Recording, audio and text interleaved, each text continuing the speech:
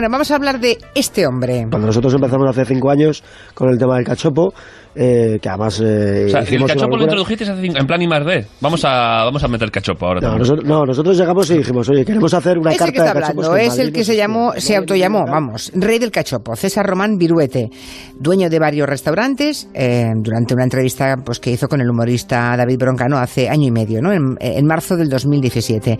Hoy sabemos que César Román Viruete no era el rey del cachopo, sino un timador. Ni siquiera es asturiano, ni vasco, que es lo que él decía.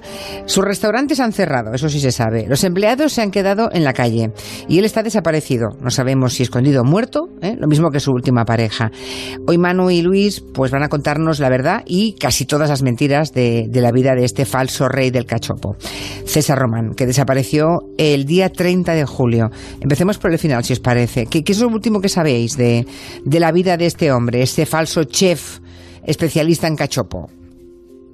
Pues el último episodio cierto que hay de la vida de César Román, incluso está documentado con imagen, ocurre el 14 de julio de este año, 2 semanas antes de que se perdiese su rastro. Ese día, ese 14 de julio, el que todavía había autoproclamado rey del cachopo y su última pareja, una ciudadana hondureña llamada Heidi Paz, van a un bar de la calle Embajadores de Madrid, un bar que se llama Bar Bacanal. Poco después de su llegada llega la policía. César y su pareja estuvieron bebiendo sin pagar, según los encargados, se marcharon y luego regresaron, pidieron más bebida y empezaron a destrozar todo lo que había a su alcance del local. Los policías encuentran allí a César Román, al rey del cachopo, y tienen en su poder 3 móviles, uno de ellos de su pareja, y una llave de pugilato, es decir, un puño americano. La policía se lo lleva a la comisaría de Arganzuela, y allí pasa la noche. Pasa allí la noche en esa comisaría y al día siguiente, por lo visto, se niega a declarar, ¿no? Y los testigos que había de ese incidente en el bar Bacanal, ¿qué cuentan? Lo que cuentan es que el rey del cachopo y su pareja, Heidi, destrozaron 2 televisores del local, un ordenador y unas 40 botellas de alcohol que había allí. Aseguran que la mujer incluso cogió un cristal de las botellas, un cristal roto, y amenazó con él a los empleados y a los clientes, diciéndoles, gritando, como os acerquéis os rajo. Contaron también que Heidi había trabajado allí unos días, no se sabe si 2 o 4 días como camarera, y que también gritaba que el dueño no lo había pagado. De ese local, Heidi Paz Bulnes, que es una joven hondureña bastante guapa, de 25 años, 1,70 m, pasó a trabajar en uno de los establecimientos en el mes de abril, concretamente, que tenía abiertos César Román, el rey del cachopo. Román es un tipo de apenas 1,52, 20 años mayor que Heidi, pero ambos empiezan una relación que aún no sabemos cómo terminará, o si ha terminado ya, o en qué circunstancias ha terminado. 1,52 m. Sí. 1,52 m, lo que le hace muy característico, lo que facilitaría su búsqueda. Desde luego. Estamos a día 15 de julio del año pasado y el rey del cachopo pues queda en libertad. Entonces, también está libre ella, la hondureña alta y guapa, ¿no? Su pareja, tras esa tangana que los dos organizan en un bar. Pero el día 23 de ese mismo mes, la familia de la mujer, la familia de la hondureña, denuncia que la chica ha desaparecido. Así fue y así sigue ella, sigue desaparecida. 7 días después de esa denuncia, la familia que denuncia es la familia de él, la familia de César Román, denuncia que él también ha desaparecido. Los restaurantes están cerrados desde ese día, el negocio ha quebrado y el teléfono móvil del rey del cachopo se apaga desde ese mismo día, desde el 30 de julio, aunque vuelva a tener alguna cobertura intermitente tiempo después para acabar de morirse de él. O sea, son 2 desaparecidos, claro, los 2 son adultos, tenían problemas económicos y ya vemos que también problemas de control, ¿no? Por la que organizaron en el bar, ¿no? ¿Podrían haberse ido para evitar problemas o para evitar pagar las deudas? Bueno, es una de las hipótesis que maneja ahora mismo la policía. No es la primera vez, ni la segunda tampoco, que César Román hace eso en su vida. Se esfuma, empieza de cero, deja atrás víctimas o deja atrás engañados. Vamos a hacer un repaso muy rápido desde que el diario ABC lo descubrió como líder de un supuesto sindicato de estudiantes hace ya muchos años, en el año 1996. Fue expulsado del Instituto Cervantes de Madrid después de anunciar una huelga que iba a paralizar España. Él, atención, estudiaba primero de bachillerato y tenía 22 años. ¿Con 22 años ya hizo eso? Sí, era líder sindical en bachillerato, o sea, era el más mayor del bachillerato. Y ese año, en el 96, ese mismo año, la revista Interview publica un reportaje de Alberto Gallo, un compañero nuestro, en el que se denunciaba ya que César Román, el mismo César Román, es también un miembro de Falange Española que está infiltrado en el sindicato Comisiones Obreras para intentar penetrar en la clase trabajadora española. Román tuvo cierto éxito en esa misión, digamos, porque llegó a ser elegido delegado sindical en Mercamadrid por comisiones, y acabó siendo expulsado de Falange porque era demasiado de izquierdas para sus jefes. Y durante 20 años, bueno, casi 20 años, este César Román pues va dejando todo un rastro de engaños, de timos, de estafas, siempre cercano a grupos ultraderechistas en su caso. Sí, él logró ser delegado en Madrid de un grupo ultra llamado Plataforma per Catalunya, que es un grupo ultracatalán que dirigía a alguien que sí que alcanzó cierta fama, Josep Anglada. Desde luego, sí. De allí, dio un salto de ese grupo ultra al CDS en Alcorcón, fue pionero de las fake news, ahora que están tan de moda, porque propagó, por ejemplo, el rumor que publicaron grandes periódicos españoles de que Álvarez Cascos se iba a dejar el PP y se iba a pasar al CDS. También acabó mal allí, fundó un partido llamado El Centro, decía que era diplomado en Relaciones Laborales por la Complutense, director del Centro de Relaciones Comerciales Hispano-Rusas, vicepresidente de la Asociación de Pymes de Madrid, directivo de la Asociación Malagueña contra la Escoliosis, y nada de eso era cierto. Nada era verdad de eso, qué barbaridad. Porque además de Madrid, este hombre causó también estragos en Málaga, ¿no? Siempre buscando la promoción de algunos periodistas. Sí, pasó por Málaga, Román, fundó allí una asociación de comerciantes a todo trapo, como siempre hacía, con una revista propia, con una rueda de prensa multitudinaria, con una concejal invitada del ayuntamiento para promocionar, decía, el pequeño comercio en Málaga. Una mañana, 4 de sus empleados de ese pequeño comercio fueron a trabajar y encontraron todo cerrado y lo denunciaron. Y un juez de Málaga lo busca desde 2010. Ya te hemos dicho que ha sido un pionero en muchas cosas. Fundó un medio de comunicación que se llamaba El Aguijón y allí engañó a varios estudiantes de periodismo que trabajaron para él sin cobrar un duro, copiando y pegando noticias de otros sitios. Les decía que hacían un máster y a algunos incluso les pagó con cheques sin fondos, de pequeñas cantidades, pero cheques sin fondos. Se arrimó a periodistas ultraderechistas del circuito de Intereconomía y algo más allá todavía, más a la derecha. Decía que era asesor de George Bush y que había entrevistado a Marine Le Pen y llegó a ser tertuliano en Radio Libertad. Entre sus contactos está, por ejemplo, Enrique de Diego, a quien cobra 500 euros por hacer una biografía escandalosa de Esperanza Aguirre. Aún está esperando los 500 euros. Madre mía, entonces este tipo, este estafador, este pirulero, ¿no? ¿Le llamáis vosotros? Sí, señora, o sea, pirulero. En el argot es pirulero esto, ¿no? Vuelve a renacer y protagoniza una nueva reencarnación, ¿no? La penúltima, seguramente. Se presenta como cocinero asturiano. Primero se presentó como cocinero vasco, pero eso no debió irle muy bien y pasó a ser asturiano. Lo cierto es que nació en Madrid.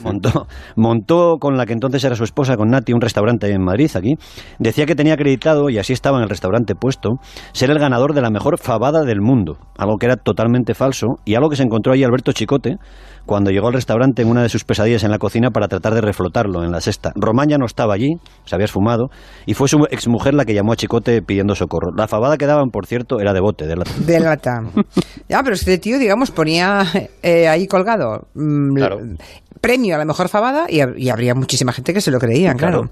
En fin, algo se le quedó a Román porque en marzo de 2016, hace nada, vuelve a nacer como rey del cachopo.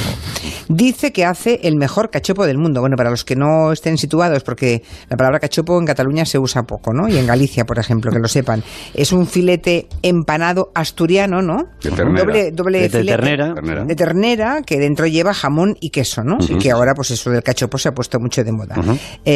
Bueno, y en ese momento parece que a él todo le va viento en popa, ¿no? Sí, él se convierte rápidamente en no en un cocinero de cachopos, no, se convierte en el rey del cachopo, igual que en otras estafas. Gran inversión en publicidad, algunos famosos que acuden a sus locales a cambio de cachopos y sidra, mucho desparpajo. Abre 5 locales en Madrid, a los que bautiza con el nombre de Acañada Delic Experience. Consigue 180.000 euros del Banco de Sabadell, compra 6 motocicletas para hacer el reparto de cachopos a domicilio y se sube a la ola de esa moda del cachopo, el cachopo de verdad. Y claro, como no paga proveedores, pues se va, imagino, desinflando la burbuja, ¿no? Hasta enero de este mismo año 2018. Sí, los deudores empezaban a reclamarle el dinero, pero él lo que hacía era básicamente mandarlos al otro restaurante, al de su exmujer. Está acusado, por cierto, de violencia machista contra su exmujer también. El 30 de julio... No le falta de nada a este tipo, ¿eh? No. El 30 de julio cierra todos los locales y deja a los trabajadores en la calle. Es el mismo día en el que desaparece. Desde entonces está desaparecido, aunque parece que dio alguna señal de vida a primeros del mes de agosto. Y así, hasta que el pasado día 13 de agosto, unos vecinos del barrio de Usera, en Madrid, huelen a quemado en una nave que hay al lado y llaman a la policía. Huelen a quemado. Ahora, por favor, escuchen ustedes lo que encuentra la policía cuando llegan a una de las naves ya abandonadas, pero que había sido del rey del cachopo. Pues lo que encuentran es una pequeña fogata donde parece que habían intentado quemar alguna cosa. La fogata se va de las manos a quien la haya hecho, se empieza a salir mucho humo, que es lo que alerta a los vecinos, ¿no?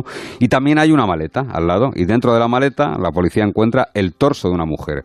Faltan la cabeza, faltan los brazos y faltan las piernas. La han cortado y le han hecho algún tipo de acelerante para que ardiera. Esa nave, que había sido alquilada antes por ciudadanos búlgaros, también estaba subarrendada a César Román, y era donde el rey del cachopo decía que iba a montar el gran centro logístico de su último proyecto, el Palacio del Cachopo, antes de desaparecer. El Palacio del Cachopo. Sí.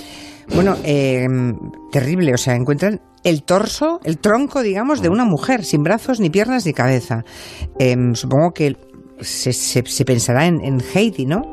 La chica, la novia de este individuo que está desaparecida. ¿Ella es la mujer que había en la maleta o todavía no se sabe? No sabemos. La madre de Heidi ha dado muestras de ADN, se están comparando con el cuerpo, con el trozo de cuerpo de la maleta.